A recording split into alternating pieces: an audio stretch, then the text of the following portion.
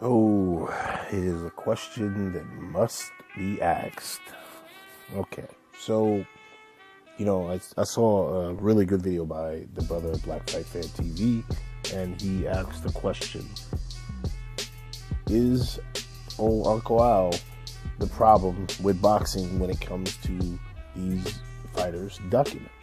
And, we all know that Al Haymon he worked with the PBC.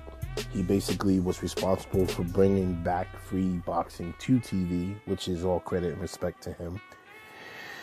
And he is advising a lot of guys in the game. And right now, at the welterweight division, we currently have a stall.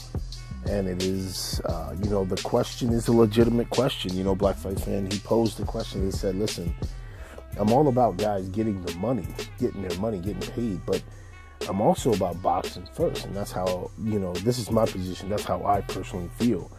I want to see guys be successful. I want guys to get what it is that they're owed. But when it starts to impede or infringe on us as fight fans to start seeing,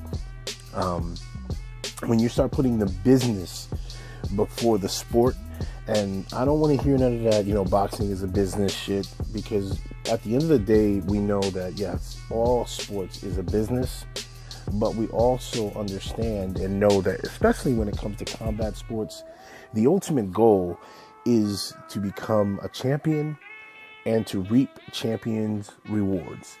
And if you're not a complete champion, especially in boxing, you will always be remembered as somebody who, he had a couple belts, but he didn't have all the belts.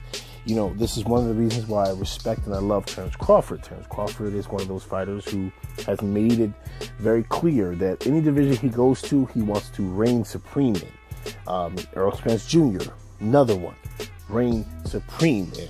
There is no halfway or shortcuts or trying to jump ahead of the line. These guys are about the grind and making sure that they want to fight.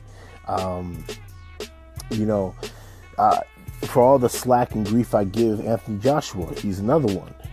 In the heavyweight division, Deontay Wilder, another one. They've made it very clear they want to be the number one guy in the division that they're fighting in. When it comes to guys who I've supported in the past, and you guys know this, Keith Thurman, who came into the division barking very, very heavily, and now all of a sudden wants to put on a three-piece suit and sit in the boardroom and discuss contracts and what's a better business move. We have to start looking at who's telling this man to do this, who's advising this man to do this, and Al Haymon is that guy. For all the praise that I heap upon Al Haymon, I have to be critical, and I think that's a fair question we need to ask ourselves as boxing fans, and we need to ask Al Haymon, what are you telling these guys, okay? It's one thing to tell them to maximize their dollar. It's another thing to start telling them to screw the fans, all right? And that's the truth. And I just want to give my 2 cents on it. To me personally, I think it's completely okay to question Al Haymon right now, especially when we have guys who are making these questionable decisions with their careers and the positioning that they're putting themselves in.